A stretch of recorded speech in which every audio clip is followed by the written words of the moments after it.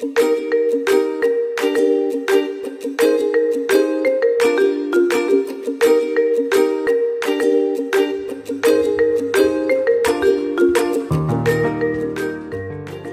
guys!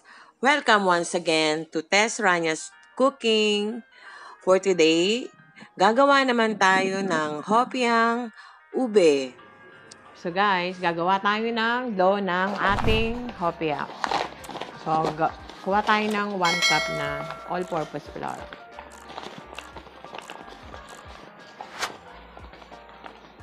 One cup all-purpose flour. Then, lalagyan natin siya ng 1 tablespoon of sugar. Mix natin.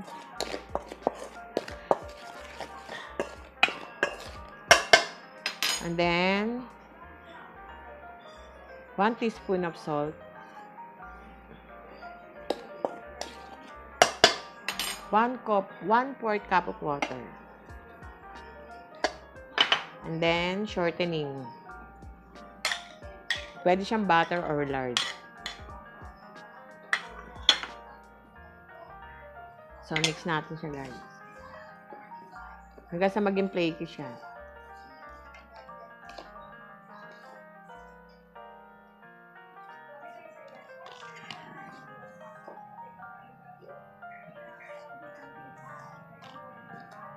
So, ang inilagay natin dito na shortening is butter para mas madinamnam siya.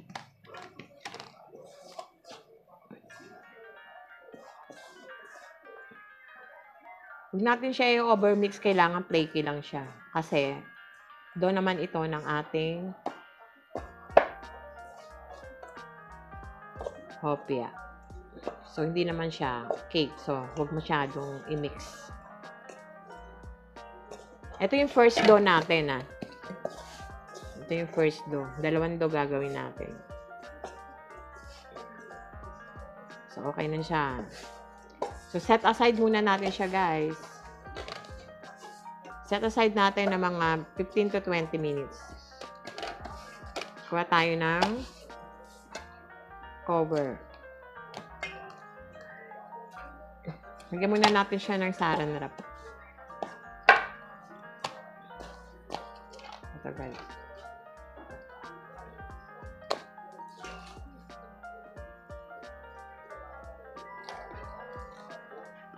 Ano mo?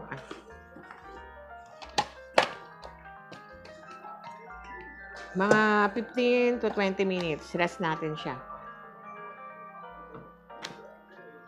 So, cover muna natin siya, guys. So, ito yung first dough natin, So, ayan. Set aside muna natin siya.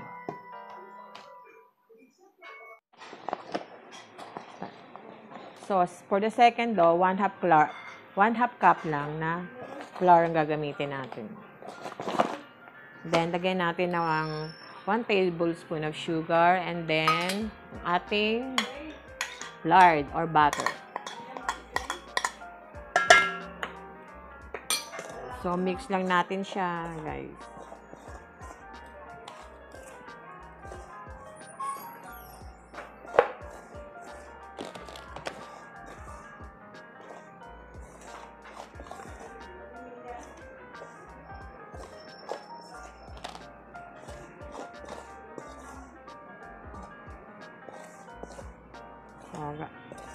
Ito yung second dough natin. Itatoppings natin siya sa ating first dough. Flaky lang ang dating niya, guys.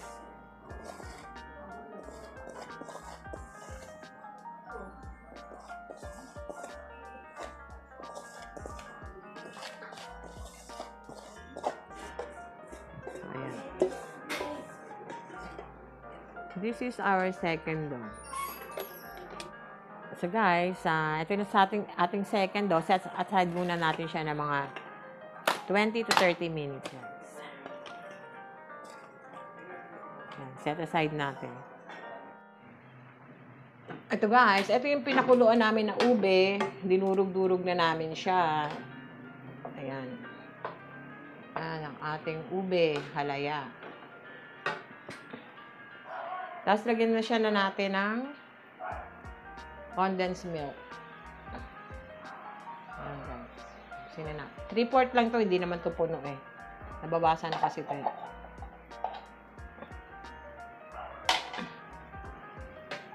Hindi na natin. Sarap na yan. Pwede pa naman sa tinapay yan guys.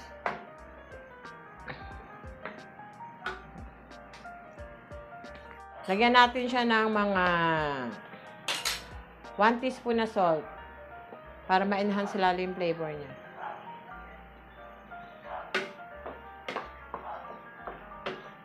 Guys.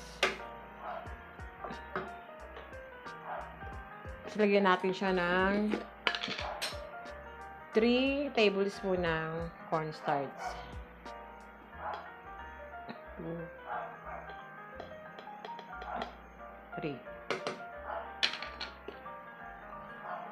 Mix natin siya together.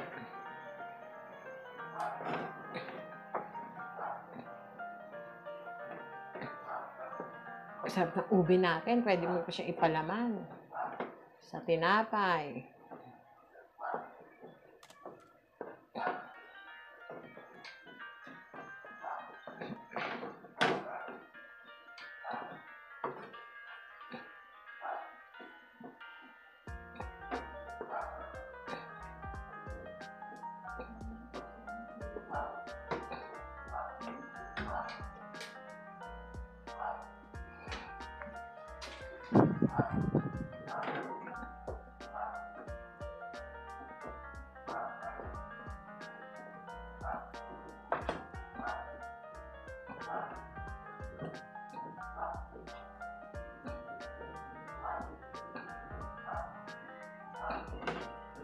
Ayan guys, okay na siya. Ready na natin siyang ipalaman sa ating hopiang ube. So, off na natin guys. So guys, ito na yung ating first dough. Yung ating first dough.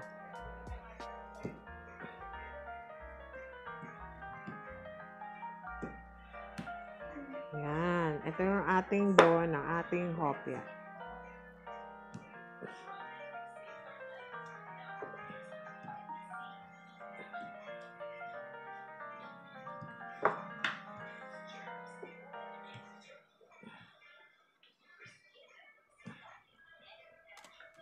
Kailangan distribute natin siya maisip.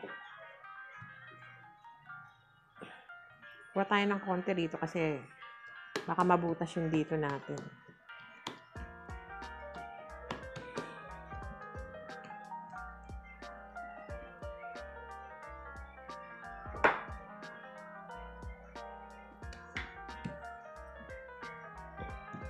So guys, watching yung ating Chika's Raffle on Saturday, September 9.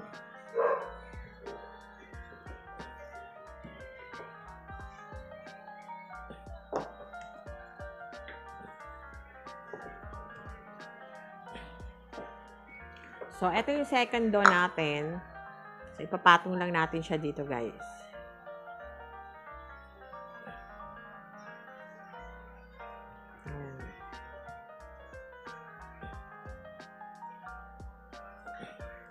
Yan ang flaky part ng ating hopia.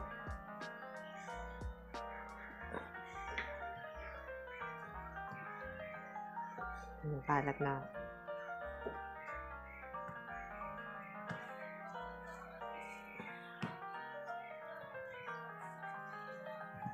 Ayan. Distribute natin. Marigi.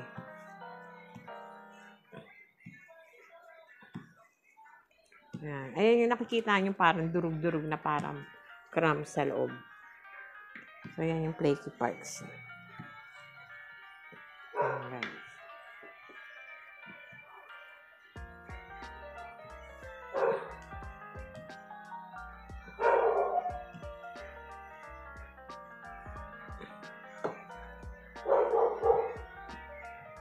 Lagyan natin iba rito. Dakas ko dyan. So, ayan guys ha.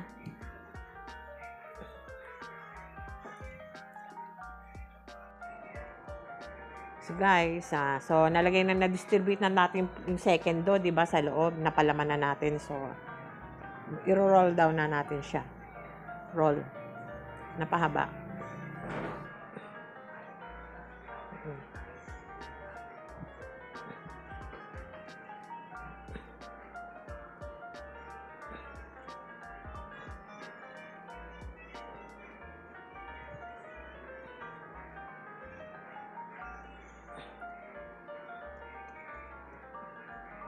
So, ayan guys. Na-compress na natin siya. Na-elongate na natin siya. So, magkakat na tayo. Siguro mga 10 pieces makakakuha tayo rito guys. So, ayan na siya guys ha. Meron na tayong dough para sa ating ube. Ayan guys.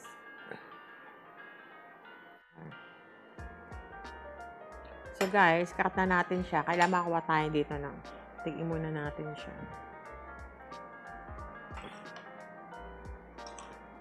Kailangan makuha tayo ng mga 10 pieces dito. 2 3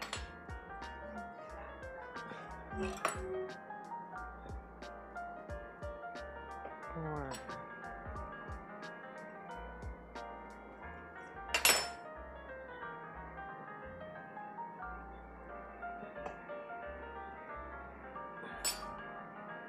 Ito medyo makakakuha tayo rito na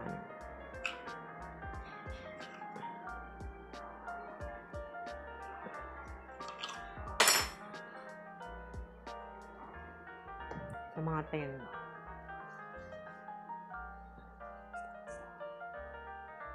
May naman.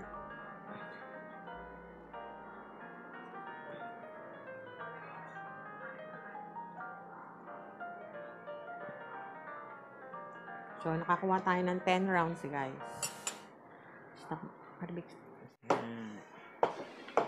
So, guys, lalagyan na natin ng ube peelings ang ating dough.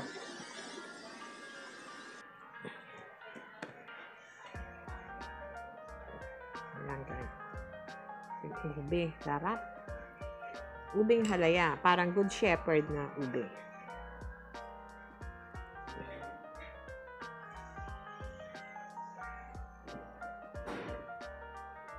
Ayan, guys. Ayan, ganyan lang siya kasimple. Ayan.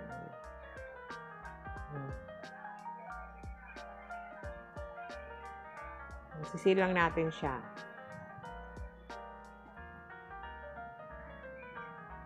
Ayan.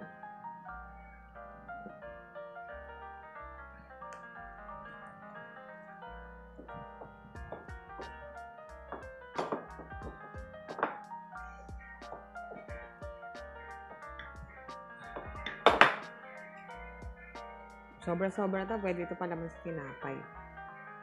Guys, malinis kamay ko ha. Don't worry ha. It's alright. It's clean.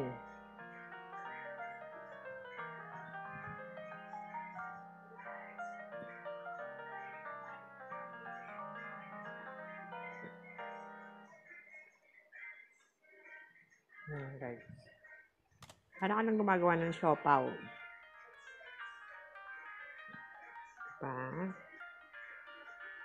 Sila natin para hindi siya bumuka.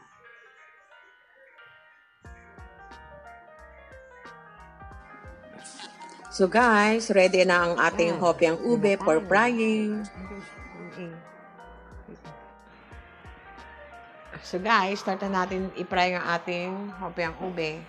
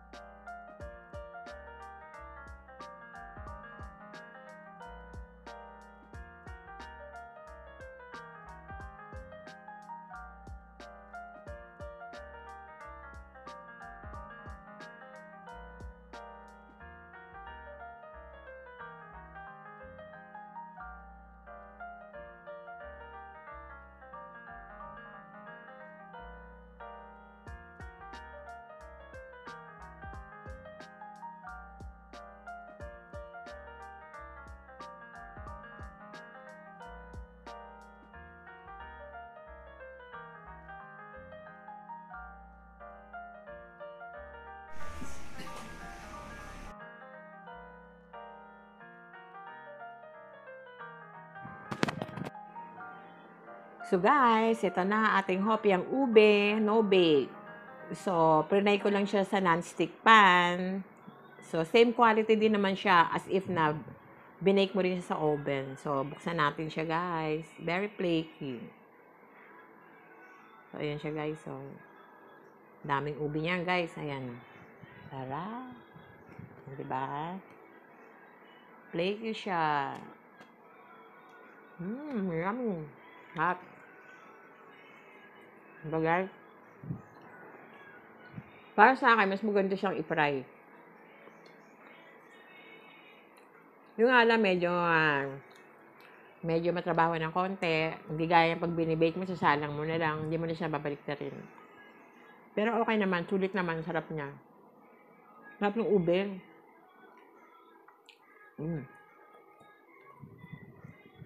Guys, mahopya na tayo. Harap. Tama-tama sa pamerienda. Guys, gumawa rin kayo ng hopyang ube. Sarap niya. Pwede siya pang regalo, pang merienda. Matutuwa sa inyo ang inyong mga anak, apo, pag natikman nila itong hopyang ube. So, I hope you like and subscribe to my channel, guys. At saka click nyo yung notification bell para updated kayo sa aking mga bagong vlogs. So, thanks for watching, guys. Thank you.